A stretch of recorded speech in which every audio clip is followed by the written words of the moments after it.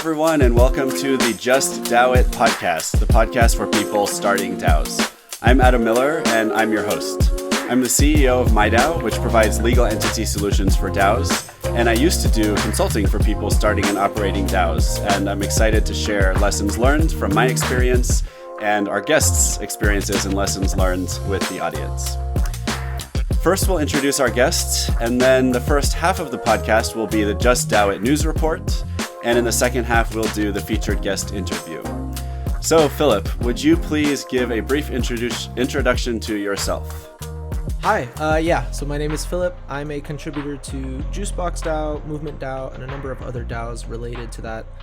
If you're not familiar with Juicebox, it's a decentralized funding platform that allows people to deploy programmable treasuries to Ethereum. But outside of that, I also do a little bit of consulting for NFT projects and things of that nature. Awesome. And I'm going to ask you to tell us what makes you an authority on DAOs. But first, will you promise not to be too humble in your answer?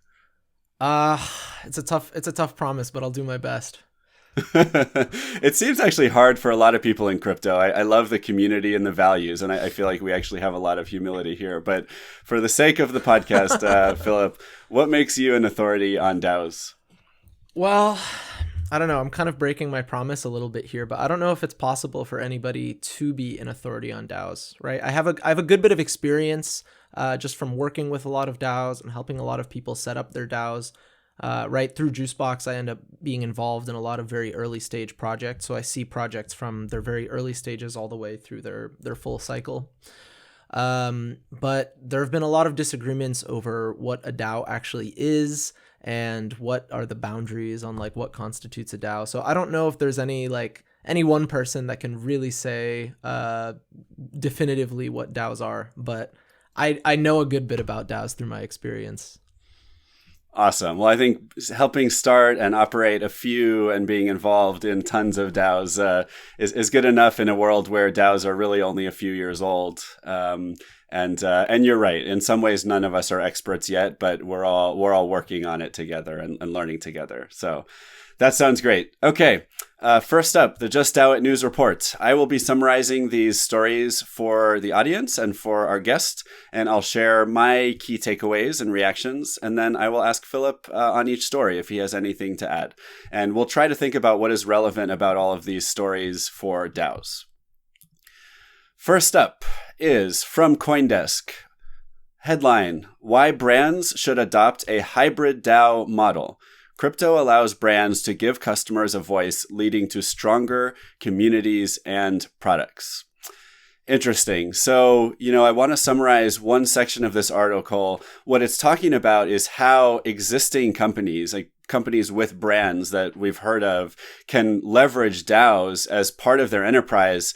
And it calls it a hybrid DAO because the article is not suggesting that you actually turn your company into a DAO. What it's suggesting is that you leverage a DAO on the side in some way, either to ask your community for design update, advice or decisions, product look and feel updates, branding and logo changes, event or festival programming. So things that are kind of secondary to the actual product that's being built, but still relevant and give the community a voice.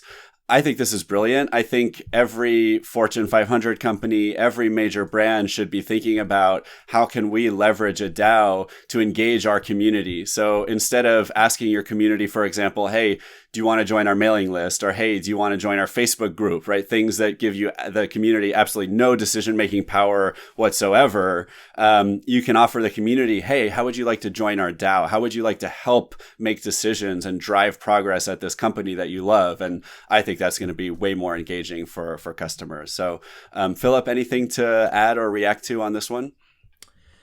Yeah, I have a lot of thoughts about this. I think it's definitely true that a Fortune 500 company who started a DAO right now would receive a lot of attention and be able to capitalize off of that very effectively.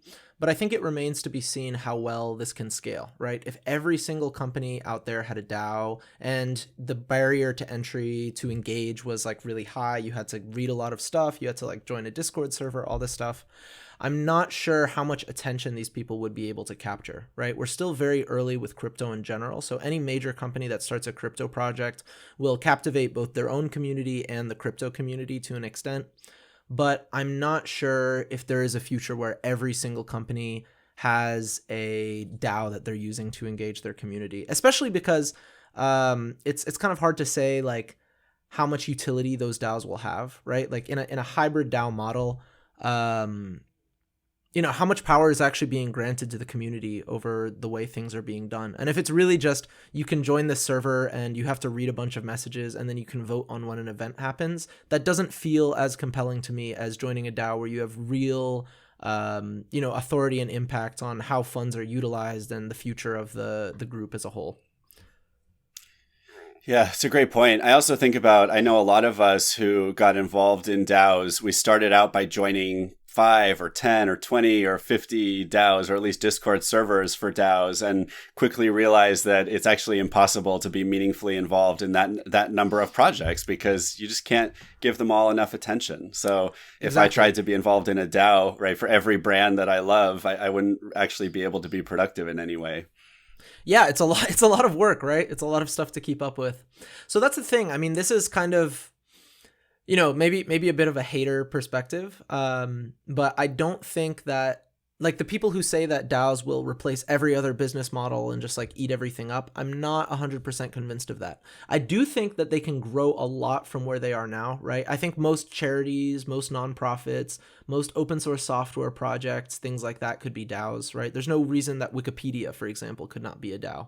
In fact, it would probably be a lot more efficient than using this structure of like the Wikimedia Foundation and the volunteers and things like that. But as to whether or not like Nike will be a DAO or whether we'll have every Fortune 500 company being a DAO, I'm not entirely convinced of that. At least not yet. The jury's still out on that one. Yeah, Wikipedia is such a great example. Every time they ask me for money, I'm like, I don't really want to just give a few dollars to Wikipedia, but if I could buy a few tokens and have just a modicum of governance rights in what happens with like the world's free encyclopedia, absolutely, I'd be down.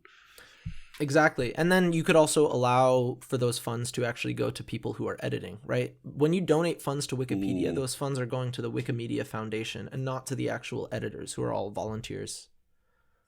Oh, such a good point. That would be awesome. I mean, I feel like Wikipedia either is going to do this or someone's going to do a vampire attack on them, right? I mean, if we came along and said, hey, we're going to build Wikipedia 2.0, not that that's easy, but we're going to build whatever we're going to call it, Web3pedia, and we found a way to airdrop tokens in this new project to everyone who's ever edited a Wikipedia page. Oh my goodness. I imagine people might be interested in that. Yeah, it would be hard, right? Like Wikipedia is kind of the first and they have this great SEO and like a big mode of just like a huge community and like very established flows and everything. But I could totally see some group coming in with like a really concerted effort and making Wikipedia but decentralized, right?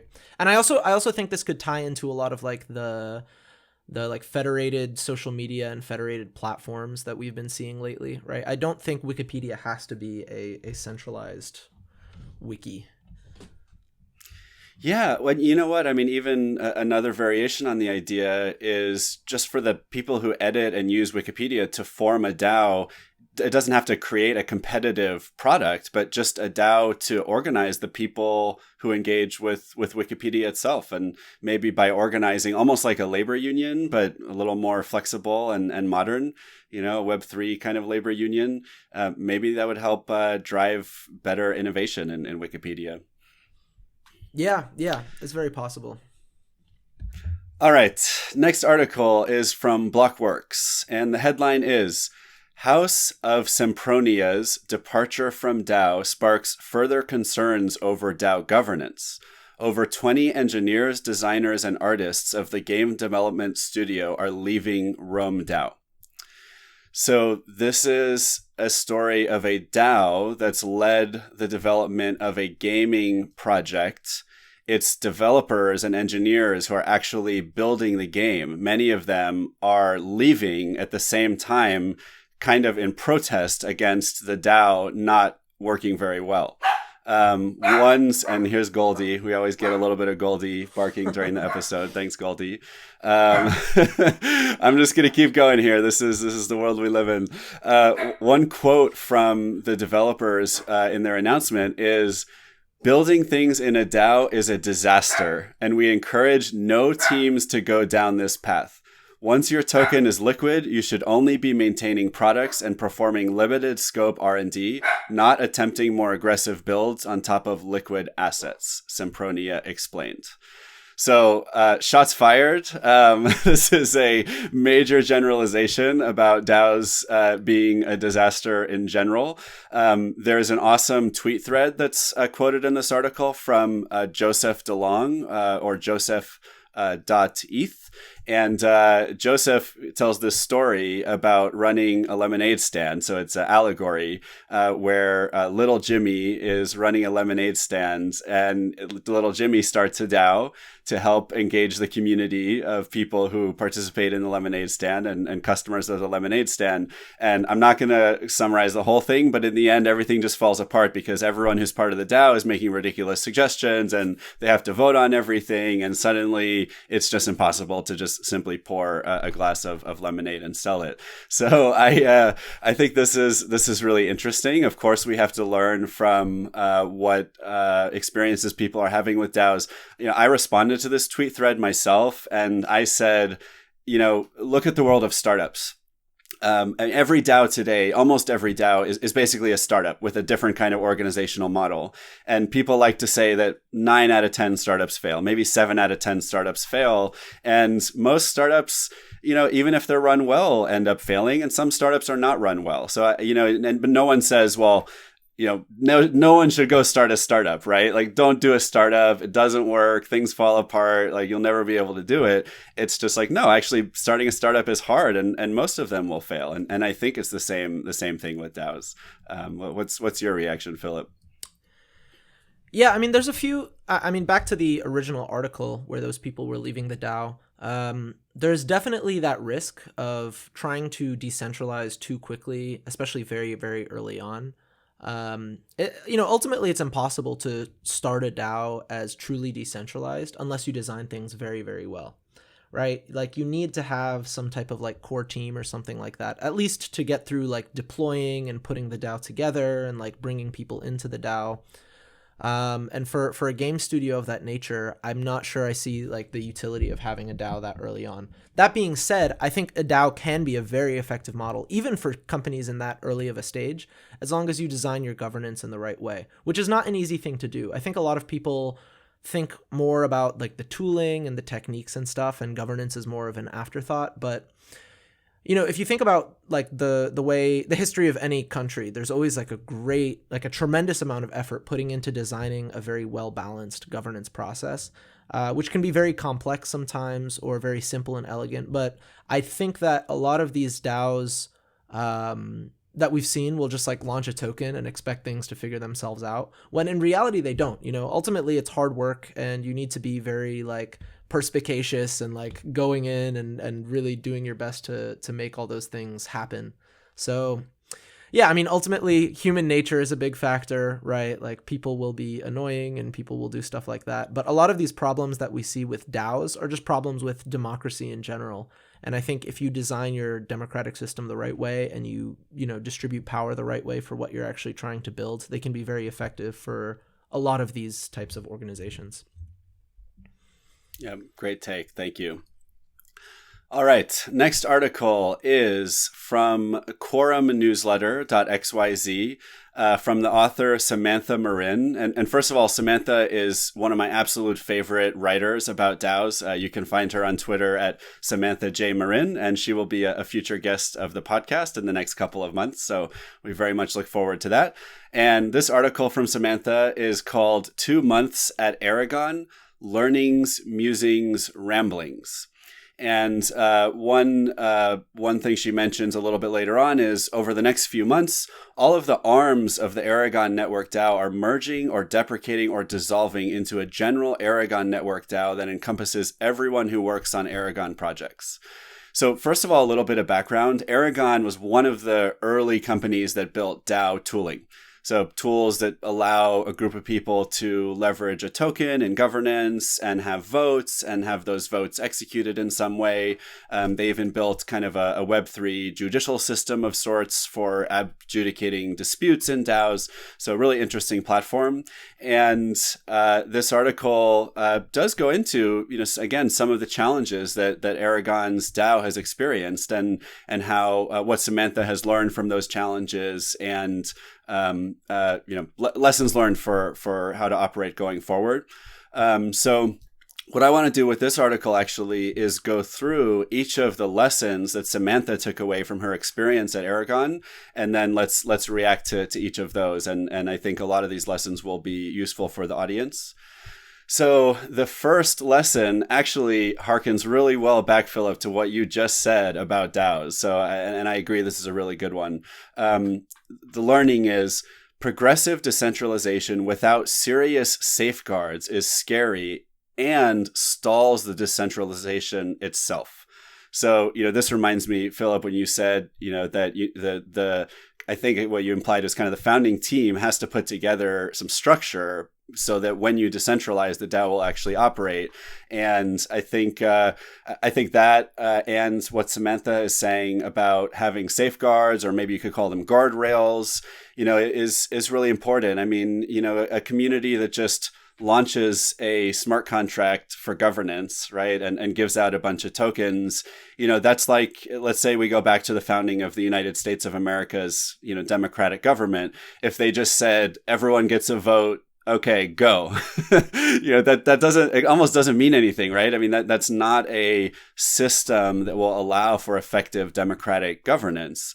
And not to apply that our current system is perfect, of course. We have an enormous amount of challenges too. But I think the point is that there has to be, as you decentralize, you need some kind of system in place.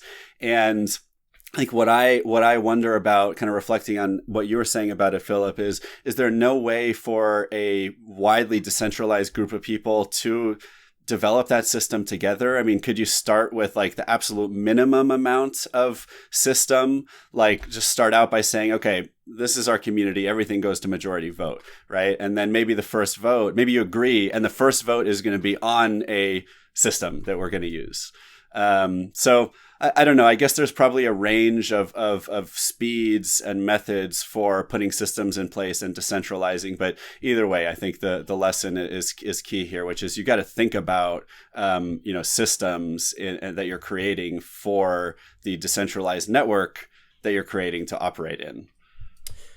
Yeah, I agree. I mean, you can do it, right? Like you can put some minimal governance process in place and see if that expands, but it's very fragile and it's very difficult to do that. And it requires a ton of work. So I think as explicit as you can be when you're setting up when you're designing your DAO, the better off the community generally is, right? And there's of course a danger of being like too overly centralized, but to be honest, the usual problems I see with DAOs is not that they're overly centralized in process, but that they're overly centralized in practice. And what I mean by that is that they keep a lot of communications in private DMs. Oftentimes the votes that they do are things that are like basically already decided, and they're just kind of like ratifying, like, okay, now we're going to add all this stuff to the project or whatever. So yeah, I think really it's a different way of operating, and a lot of that like transparency and value like that comes from a DAO comes from the way that the people themselves actually operate rather than the process, which I know is a little bit unrelated, but yeah, I think so to get back to your actual point, possible, very difficult, and a lot of things can go wrong. Yeah. And I feel like part of what you're describing is kind of the technical structure of the DAO versus the social structure of the DAO, and that you can be technically decentralized, but we're still human beings and we operate socially. And if we're socially centralized because there's a small number of people that we all listen to who tend to make all the decisions, then are we really decentralized? Is that a fair way of putting it? Yeah, exactly. Especially when those core people hold on to a lot of power, right? Like, one thing about DAOs is that if you look at like the early DAOs, they were very true to the term decentralized autonomous organization, right? Governance was always on chain. It was always like truly decentralized governance. And we've ended up seeing a lot of tooling kind of reach somewhere in the middle where it's like decentralized to an extent. But there's a real danger of core teams holding on to power because people naturally will want to accumulate and hold on to power. And it ultimately ends up being very detrimental to the progress of a DAO, right? There have been a lot of DAOs which had a lot of potential to do really amazing stuff, but people come in trying to help and they are kind of blocked by they're like, oh, you're not part of this like inner circle or whatever that is. So yeah, very, very dangerous. Awesome. And we may have heard a little bit of Goldie again, agreeing with you, Filip, on that point. So thank you. We will turn to the next realization from Samantha in her article is realization. DAO contributor uncertainty and instability is holding DAOs back. And there's a subtitle here that says, we cannot throw away everything about Web 2 in our search for a better way of organizing in Web 3. So I infer from that second comment that Samantha is saying that this uncertainty and instability maybe is coming from an unwillingness to simply leverage some of the same systems that we used in the Web 2 world. And maybe that's things like having a salary or having something like a manager. I mean, someone who can tell you, yes, you have a job for the next 3 months. And yes, this is what you're supposed to be working on.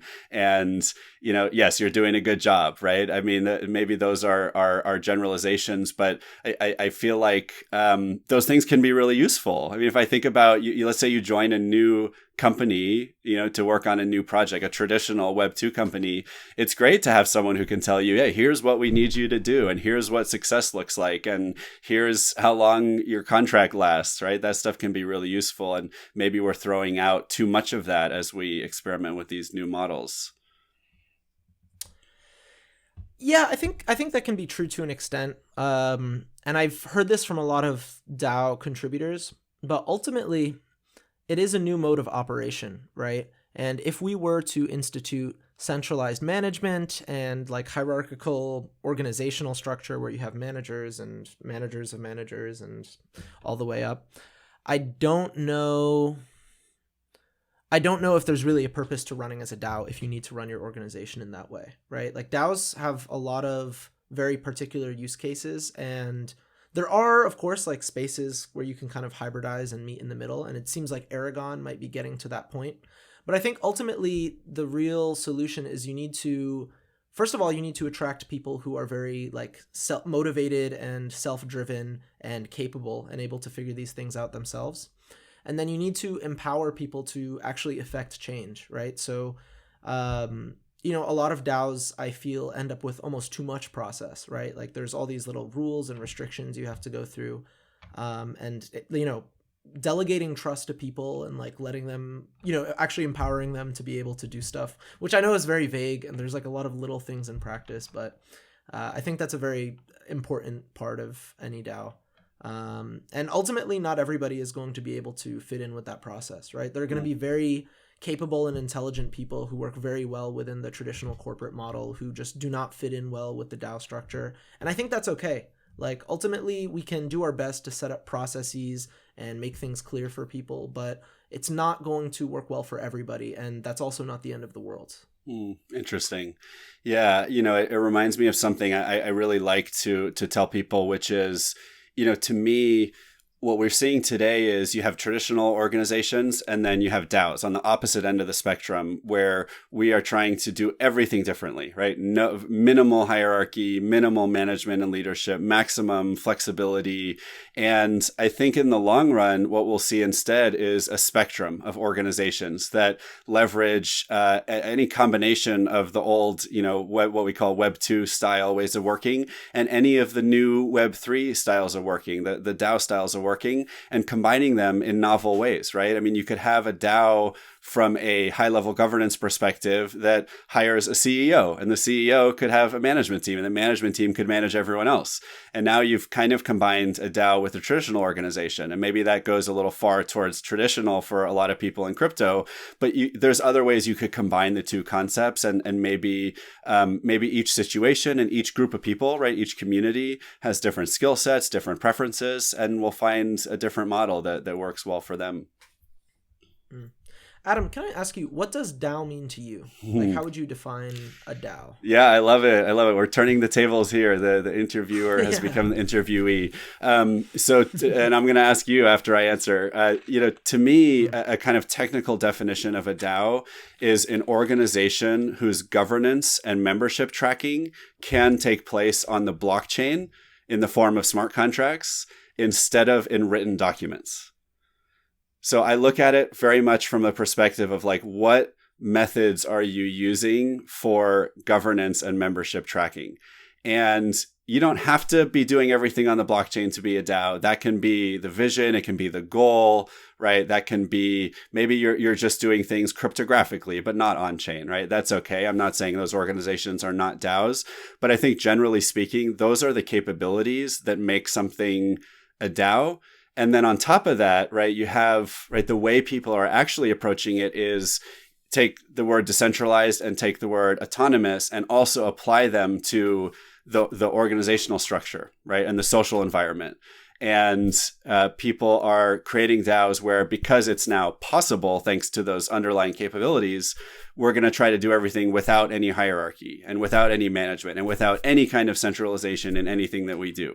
Right. And same thing with autonomy. They're saying, how can we automate as much of our organization as possible and make it so that once a decision is made, it gets executed automatically on chain, right? No humans in the loop. So I think I'd say I'd combine those two things. There's kind of what I call the technical definition, and then more kind of how people are interpreting what those terms mean from an organizational design standpoint.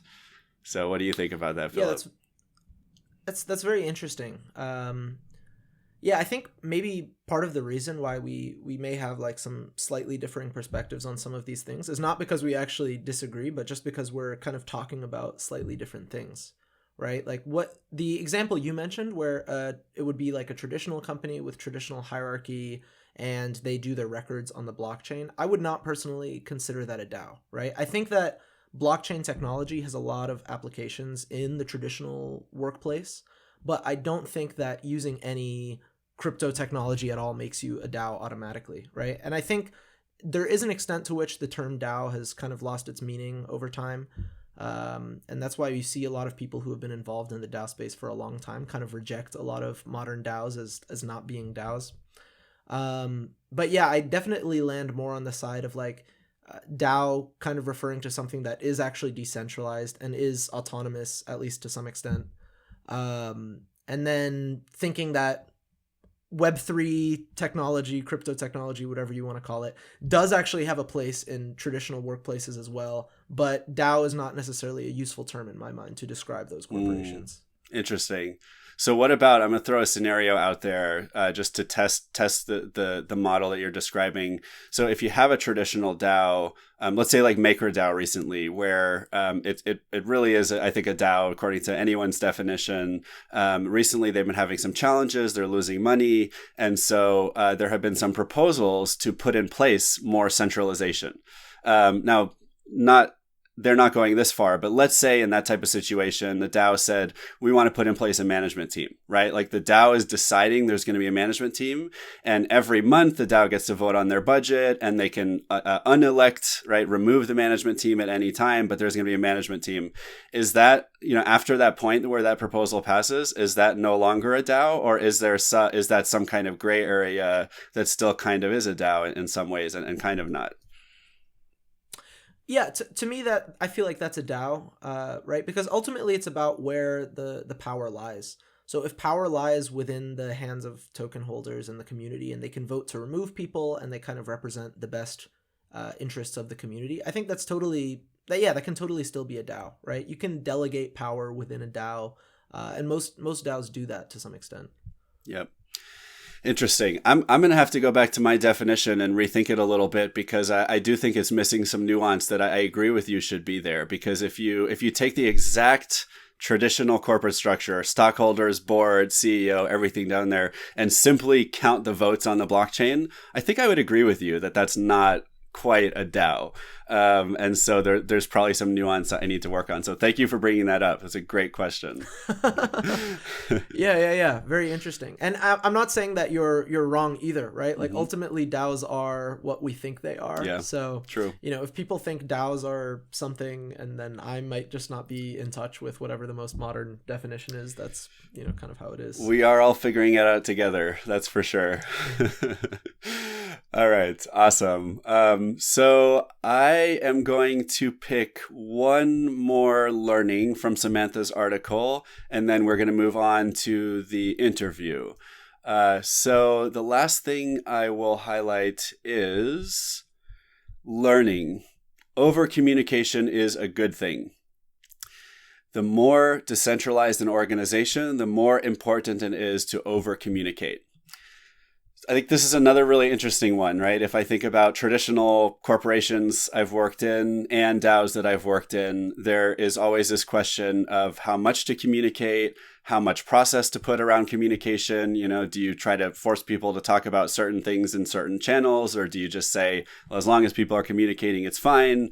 Any thoughts on this one, Philip, from your experience with DAOs? Is over communication always a good thing? Yeah, it depends. I mean, ultimately, it'll depend on your objectives. But I think if you are trying to create the most sustainable DAO possible, communicating as much as possible helps with that a lot, right? You want your community to understand exactly what's going on and all of that stuff. Because ultimately, if there is any different level of communication in closed channels and in open channels, then it's kind of defeating the purpose of a DAO, in my mind, right? I think ultimately we should aim to over time reduce the barriers between founding team and other people as much as possible. So yeah, I think over communication, well, maybe not over communication, but just communicating things transparently is super beneficial, and it keeps people engaged. And there's not many downsides unless you're dealing with compliance or something like that, in which case talk to a lawyer. Yeah, right. Good point. Yeah, that type of over communication is probably not good. Yeah. Awesome. Yeah. All right, that does it for the Just DAO It News Report. And now we will turn to the featured guest interview with Filip. So, Filip, would you go into a bit more detail for us about your background and how you got into Web3 and DAOs? A bit of a eclectic, kind of all over the place backgrounds.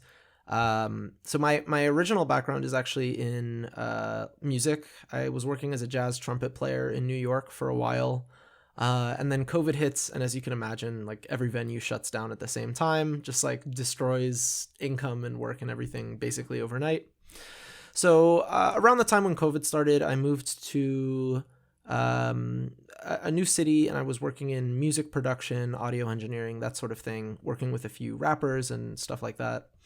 And then ended up getting into cryptocurrency a few months later.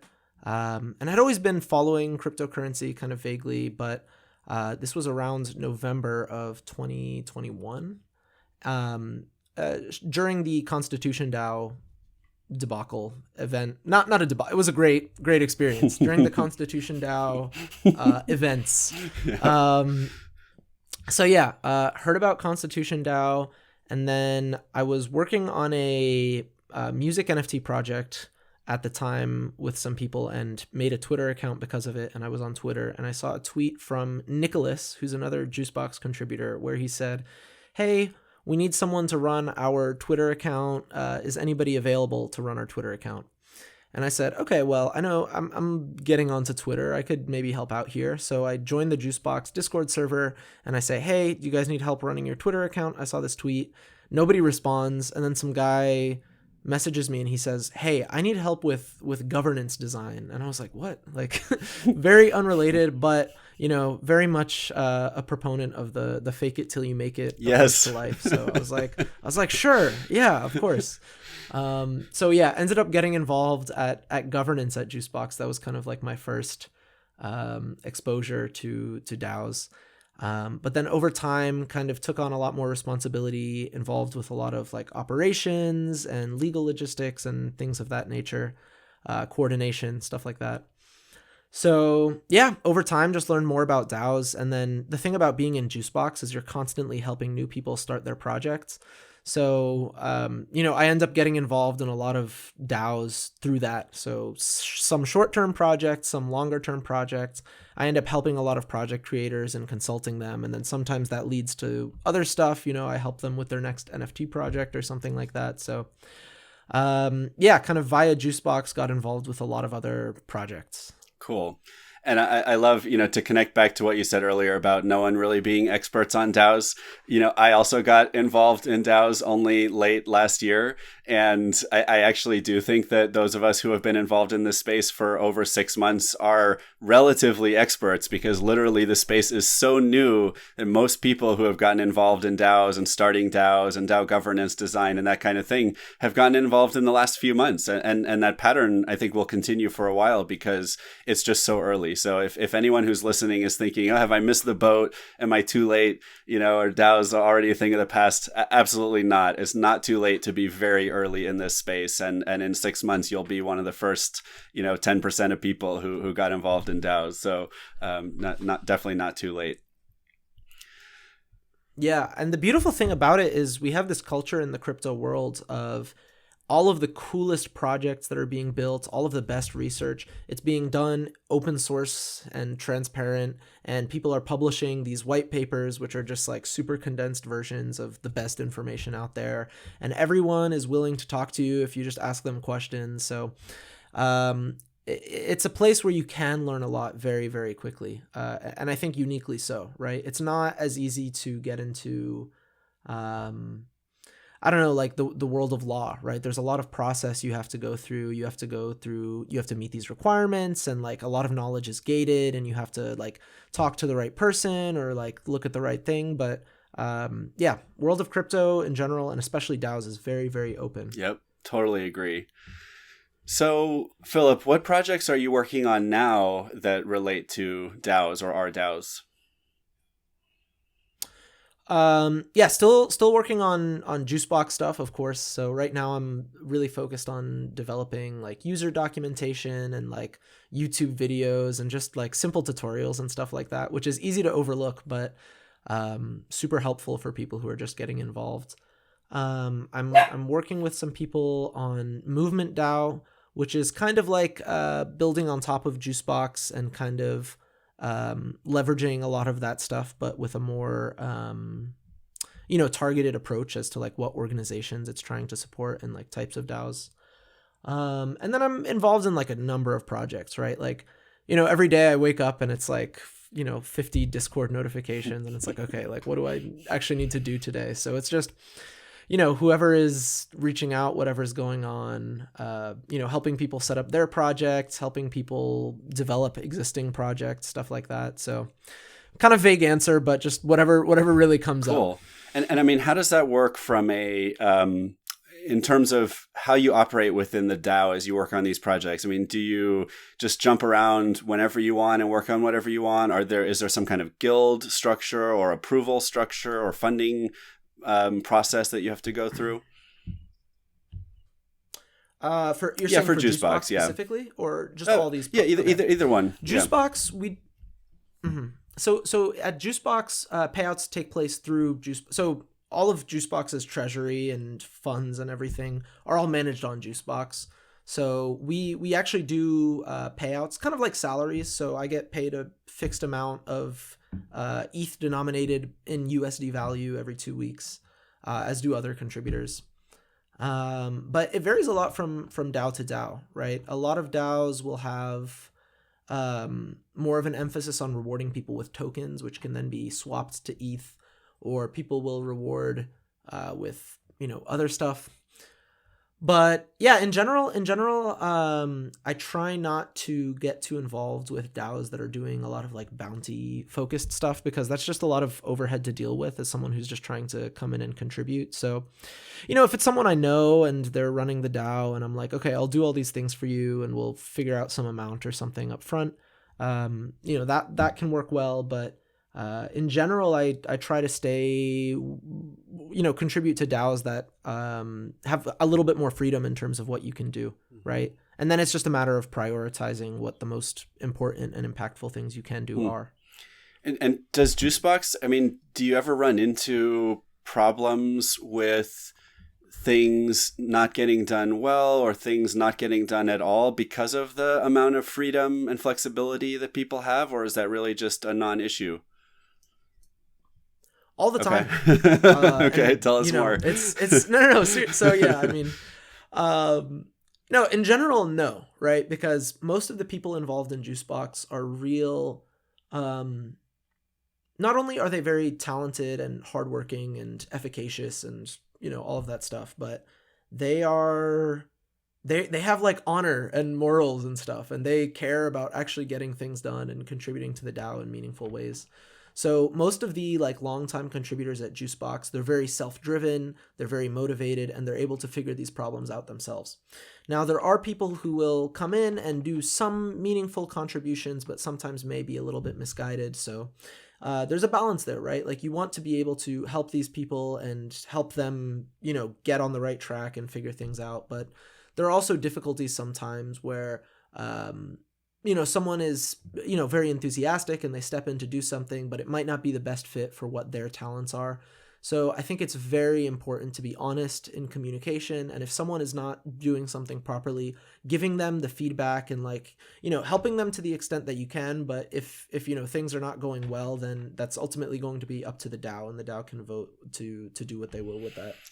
Yep. Makes a lot of sense. Yeah.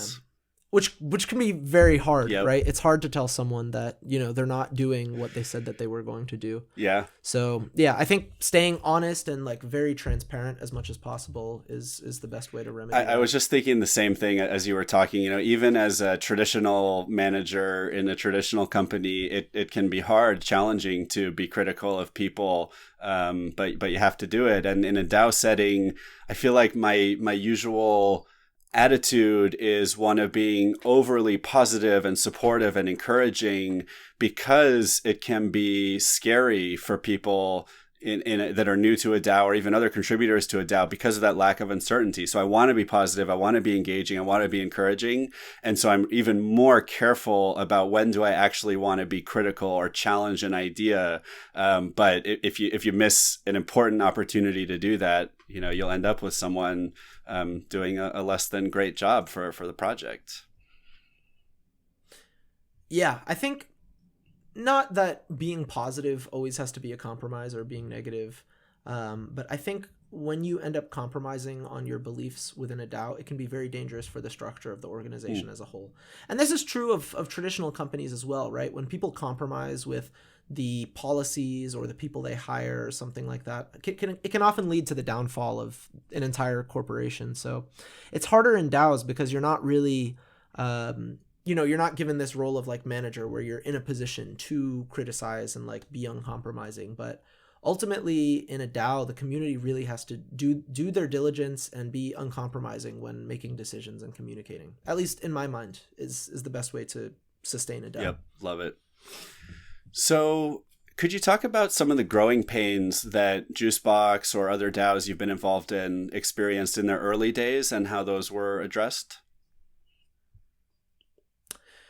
Yeah, definitely. I mean, one thing is that constant fight for like progressive decentralization and how you manage that. So, there's a lot of like, in a traditional company, you have a lot of people who are working on like writing policies and methods for doing things, right? If we need to swap some of our treasury funds for something on Uniswap, what's the actual way we do that? So I think there's a lot of need, especially early on, for people to like kind of put together processes and establish effective precedents. One person who I think has done a fantastic job of that is Django from Juicebox. So he was one of the people who wrote the original smart contracts for the Juicebox protocol and still, of course, very, very involved. And he did a very fantastic job of like setting these precedents of like honest communication and, effective communication and like not getting too caught up with like minor details and things that don't really matter, which impacts the culture of the DAO as a whole, right? So I think setting the right precedents, setting processes, that progressive decentralization, of course, and then also deciding on the roles that things play within your community, right? Like what role, like a lot of DAOs have a token, but what role does your token really play? And to what extent can people use that token for doing certain things? And there's no real right answer, but it's very important that you decide that and communicate it clearly, because if you don't, it will lead to confusion and then people will disagree and it'll just lead to all sorts of like crises and silly disagreements and things that didn't need to happen. Yep. Makes sense. And how about more recently? Are there any challenges that have come up as the DAO has grown and become more established? Of course. Yeah. I mean, this is true of Juicebox, but of course a lot of other DAOs, right? As the size of the treasury and the ecosystem and the community grow, it attracts a lot of people who are, looking for funds or something like that, which is, there's nothing wrong with that, of course. But then it becomes a real issue of how you manage distributing those funds and like criteria for doing that. And often it can be very confusing for people or can lead to a lot of disagreements. So one thing that I've kind of advocated for and implemented in our governance process, which I recommend to a lot of DAOs, is to have higher thresholds for passing things, right? Like I think a majority vote is not actually a very effective way to do DAO governance, because there's this natural inclination towards positivity, right? Like most people will vote yes in general. And if you have something where only 51% of the community wants something and 49% of people are going to be pissed off, it's probably not a good idea to implement that thing, right? Like a natural bias towards the status quo is not necessarily a bad thing because it promotes stability, which is very important for DAOs. Because ultimately the governance process, in a traditional corporation, you have to talk to your manager and the manager has to talk to their manager and then their manager. And at any point, an idea can be shut down and taken away. So there's a lot of safeguards in place, which is very helpful for stability. But with DAOs, it's kind of like low-level programming. You're like operating close to the metal. And like if you have some dangerous proposal and only 51% of people like it, it can be implemented, which can be super, super dangerous. So I think setting a higher threshold for passing a proposal is a very good idea. I think putting safeguards in place is a very good idea, especially in the early stages of progressive decentralization. And I think clearly communicating all of these things and being very, very specific as to what you actually mean when you're communicating that stuff is all very helpful. Very important. Sorry, I'm like No, this is perfect. Bit, what's the magic number of what percentage of votes you should require to pass a proposal, and does it vary based on? And I know that maybe there really is no magic number, but does it vary based on the type of proposal or anything like that? 63.4% always. Yeah, right. Sounds right. Not 69%. Yeah. I feel like in crypto it should be 69%. Yeah, 69%. That's actually it's a good idea. Number. Yeah. Yeah. I mean, I like to look at traditional governments when figuring these things out, right? So look at like the U.S. government. When you're making very important decisions, a lot of times they require 2/3 rather than a majority vote, right? So that can be. The U.S. government, since it is the government of a big country, has the ability to be very, very complicated, and people are fine with it because it's like they don't need to be engaged with everything. With a DAO, you do want to have something a little bit simpler, so it can be hard to like delineate different types of proposals and stuff like that, especially because there's always going to be gray areas and things that come up unexpectedly. But I say just set it based on the way your community is voting, right? Like if your community, is consistently voting things to like 80% approval or whatever, maybe set your threshold close to that number. Or if your community is like very divisive and everything is getting voted down, maybe you can have a lower threshold. So ultimately there's no easy solution, but you need to tailor it to the way your community is voting and what people's interests are. Interesting. It sounds like a cultural decision as much as anything. I can imagine, again, in a traditional startup, for example, maybe there are 5 or 7 founders or early employees, and maybe you have a culture where you try to reach consensus on everything, because with so few people, you really don't want to have anyone disagreeing strongly about anything. And then maybe in a different startup, you have more of an attitude of, look, we just want to decide really quickly. We'll vote on anything and majority vote will win, and we'll all just disagree and commit and go with it. And we're fine with that. And it's probably nothing wrong with either of those approaches. Completely. Yeah, it's definitely a balance, right? Like traditional governments have this problem sometimes where they get into government gridlock and like you have these parties and then like nothing gets over the required threshold. DAOs often have the opposite problem where everything passes and everything is implemented. So kind of setting your thresholds and establishing your process in a way such that the meaningful stuff gets through and the less meaningful stuff does not, which can be hard. But yeah, I think DAOs kind of have the opposite problem where you need to actually actively encourage people to say no to stuff rather than encourage them to say yes. So you need to encourage honesty for sure. Filip, do you have 5 extra minutes to go over the top of the hour, or do we need to end in the next couple minutes? Yeah, of course. Okay, cool. Let's do awesome. Awesome. Yeah. All right, we'll make this a 4-hour episode. Okay, cool. That's great because we'll do a few more questions then. Part 2, yeah. Love it. Perfect. Okay, so first of all, we've already gotten a lot of great advice from you about starting DAOs and operating DAOs, but do you have any other advice that you'd like to share with the audience for people who are starting DAOs today? Yeah, I mean, part of this is kind of reiterating what I've already said, but be very specific in what your objectives are and what you're trying to accomplish and communicate those things openly. If you are trying to start a DAO, I think it's worth considering, why am I starting a DAO and what do I hope to accomplish by starting a DAO? And then whatever you decide on, right? There's not necessarily going to be a right answer, but it's important to make a decision and like stick with it until you change that. Like whatever it is you're thinking and feeling, it's important to communicate that as well as you can with your community. And it's okay if there's like doubt sometimes and a little bit of confusion, because people, if they're engaged with your community, will be able to come in and help you with that. So yeah, just communicate things honestly. I mean, this is like general life advice, but applies to DAOs, applies to companies. Be honest, be very transparent if you need to be, or if you can be, and try to design things very deliberately. Sounds like it's very hard to go back on decisions. Sounds like leadership skills, right? Be a good leader, just like you would in any other situation, right? Even if you're working towards a decentralized structure, be a good leader. Yeah, exactly. And the difference here is that it's not enough to just be a good leader, because you need to be a good leader and you also need to know when to let go of power, right? The person I mentioned earlier, Django, one thing I've always admired about him is how generous he is with like letting go of power and delegating responsibilities to others.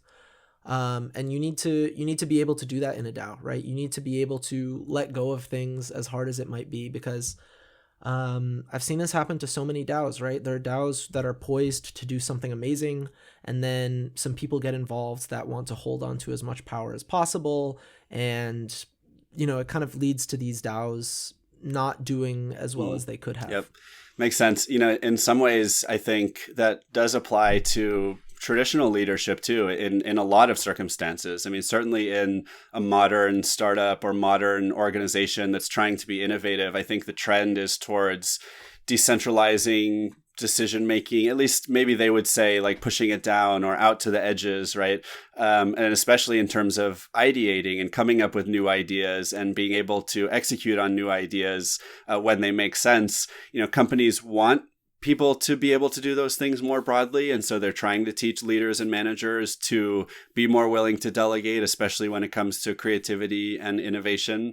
But I would still agree that in a DAO, it's even more important because going in, everyone is expecting, a little bit less central control. And so if the leader is holding on to too much power, I think people are liable to just walk away pretty quickly and look for a different DAO to join.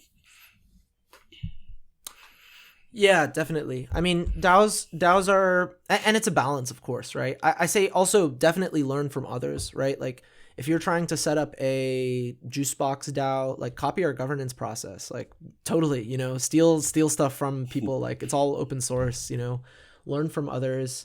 But yeah, to your point, I think it's true that DAOs are very powerful but dangerous, right? There's this, I want to say it's like a Jeff Bezos interview where someone asks him about why startups can be so effective as compared to traditional corporations. And he says, well, startups, right? You ask one VC for funds. He says no. You ask a second VC, third VC, and all you need is the 35th VC to say yes and give you funding for an idea to be executed. Whereas in a traditional corporation, like I was saying earlier, you need to ask your manager and the manager's manager, manager's manager's manager.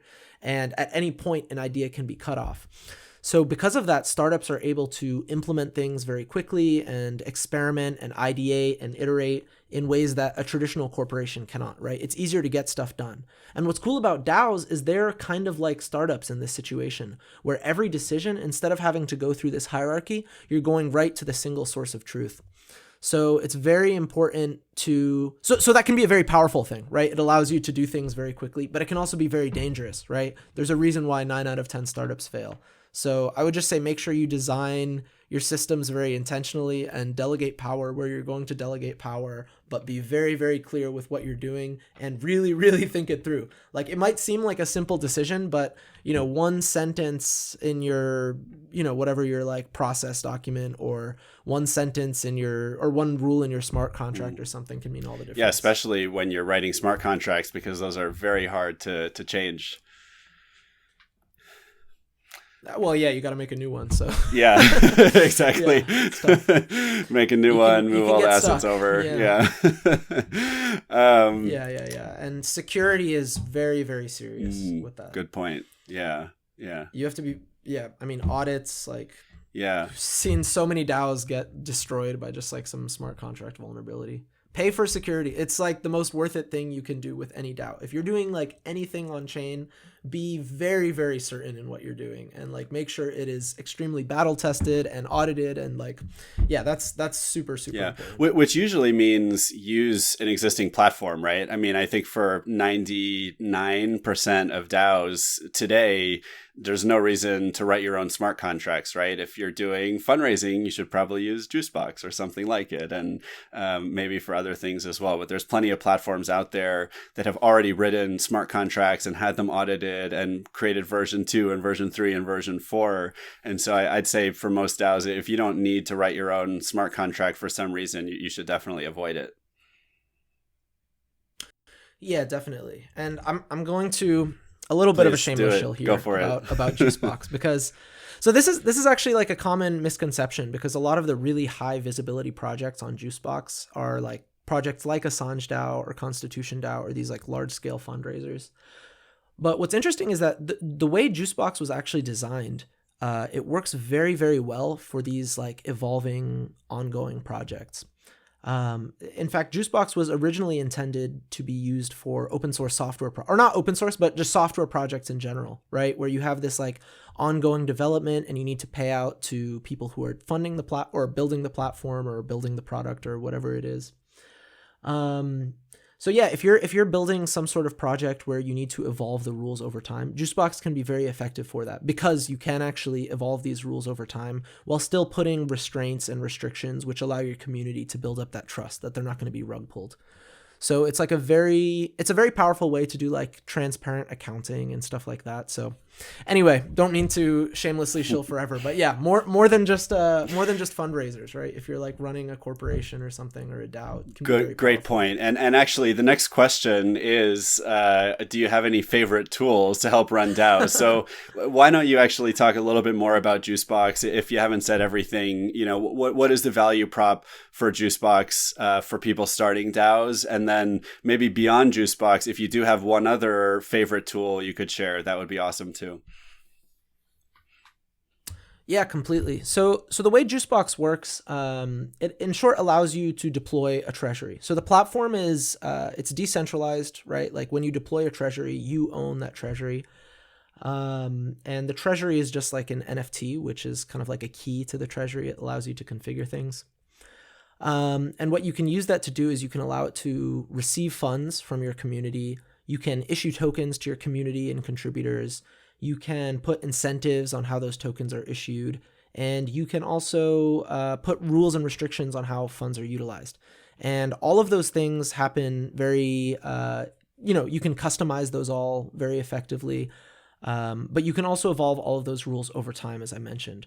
So we see this with a lot of DAOs, like possibly this DAO that you mentioned earlier, the Rome DAO you said. We see a lot of DAOs get to a point where they have a liquid token and they're doing their thing, but then they don't really have much control over continued issuance or redemption or things like that. And they end up in this weird problem where they cannot really solve it without airdropping a new token and like migrating everything over and just causing a nightmare, So Juicebox is very effective in that it allows you to change the rules of your treasury over time to meet the needs of your community.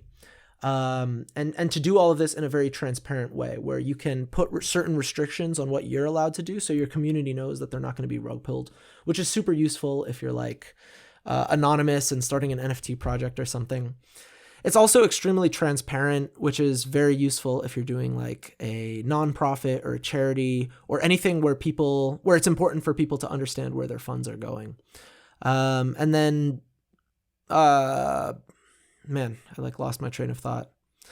I mean, I think you get the idea, right? There's a lot of specifics as to different ways you can configure things. So if you have questions about it, I highly recommend all the listeners to join the Juicebox Discord server and feel free to ask. I'll respond to you there.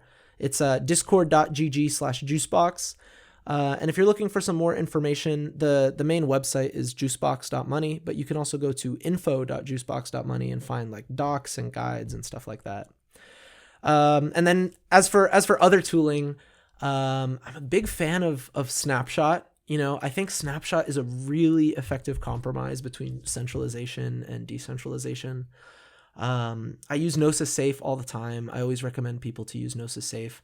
And I know these are like boring answers, but to be honest, the most boring, battle-tested, effective solutions are oftentimes the best one for people setting up projects. So things like Gnosis Safe, Snapshot, a lot of like the established governance tools and custody tools are very, very powerful.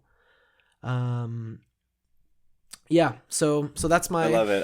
And I'll just do a little extra shilling for you. I think Juicebox just recently released a major upgrade to Juicebox V2, or was it V3, and introduced a whole host of new features, lower fees, just an overall a huge advancement. So if anyone listening hasn't checked it out in a while, I think they should check it out. Yeah, and one thing that's super compelling about V2s, if we're going back to shilling, let's do a little more. If you insist. Chill away. Yeah, one thing. Yeah. So one thing that's super compelling to me about V2, which I think a lot of people don't realize yet, is how different it is from an architectural perspective, right? So if you go to the juicebox.money website and you set up your V2 project, if you're just using the website, it almost feels like a V1 project, right? A lot of the configurations and mechanisms you're setting are the same, but from a protocol perspective, Juicebox V2 is super, super extensible, right? It has a lot of opportunities which allow for extensions and allow for smart contracts to plug in different ways. So there are a lot of features that will be rolling out over the coming months, which will be added into the front end, which will exist for like projects that have already been created, right? So if you create a project now, as we roll out like NFT tooling and like NFT rewards and stuff like that, and as we roll out different like asset management strategies and different, I mean, all sorts of complicated stuff. Of course, I can't make any promises, right? Like people are building stuff as fast as they can, but as those things are rolled out, you'll be able to access them with your existing Juicebox project. So so V2, it has like feature parity and all that stuff with V1, but it also goes much deeper, and it allows for you to build extensions on top of your existing projects. So I'm personally very excited for that. And, I'm excited to see how people's treasuries can evolve over time as those things are. Yeah. And by the way, I have also found Juicebox's team on Discord to be incredibly helpful compared to the average Web3 project. People are available. They'll set up meetings with you, walk you through the whole platform. It's incredible. And same goes, by the way, for Gnosis Safe, which Filip also mentioned. And if anyone who's never heard of that is trying to find it, there's a G at the beginning. It's kind of spelled like Gnosis Safe, Gnosis, and it's at gnosis-safe.io. And Snapshot, if anyone's looking for that, is at snapshot.org, which is a cool cryptographic off-chain voting platform that is supposedly building an on-chain version as well. So definitely check all that stuff out. Filip, how about any favorite DAOs for people to check out aside from Juicebox, assuming that will be your favorite again, but any other DAOs that maybe people who are newer to the DAO space should check out? I actually really recommend, like, there's like a bunch of obvious, like people always say like MakerDAO and Gnosis Safe and how they're running things. And of course that's true, right? Like they do very, very interesting stuff. But I actually recommend people who are getting into the DAO space to check out a lot of the lower level stuff, because it'll inform the way you design these things. So the way that the Ethereum Foundation is run, for example, I highly recommend you check out how the Ethereum Foundation does things. I really recommend people read like the Bitcoin white paper and Ethereum white paper and just all of these things that you're building on top of, because once you have like a real foundation of knowledge, when you as to how like these super established systems work, not only will it help you design your own things from an informed perspective, but it'll also inform a lot of little things that you might not expect, right? Like how Ethereum Foundation does decision making and how they reach consensus, and how like these different people design their processes and what tooling they're using and stuff like that. So kind of a weird answer, but like some like DAO precursors or like different groups might be good to check out. But yeah, of course, check out MakerDAO, check out Compounds, like check out Gnosis, check out Juicebox. Check out Juicebox. Another one I love to recommend is Bankless DAO. Partly because Bankless's mission is to onboard people into Web3, and so it's a very welcoming DAO that I find to be fairly well organized and a lot of fun. So that's a fun one to check out too. All right, Filip, this has been awesome. I have had so much fun. We've shared so many great insights. I'm just super excited to get this podcast out there. Where can people find you and your projects on the web and on social? Wow.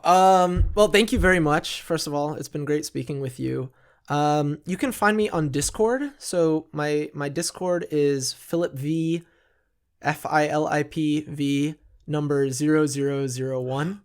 How'd you get 0001? That's awesome. I love it. Yeah, I think on Twitter, I'm not on Twitter as much, but feel free to send me a message and I'll see it maybe in the next few days.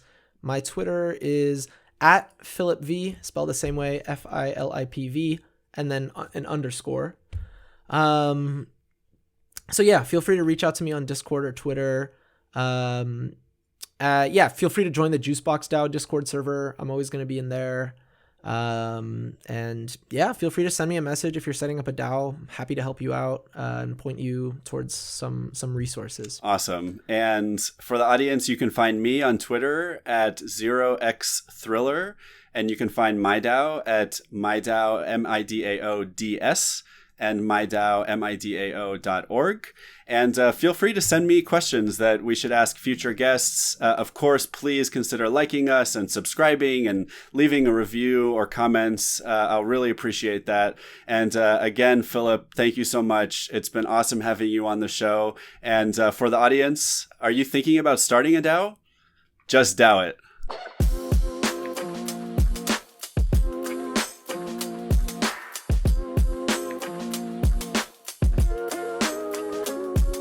Just DAO It is for educational and entertainment purposes only. Just DAO It does not contain any legal or financial advice. My DAO also does not provide legal or financial advice, and nor does your host, yours truly.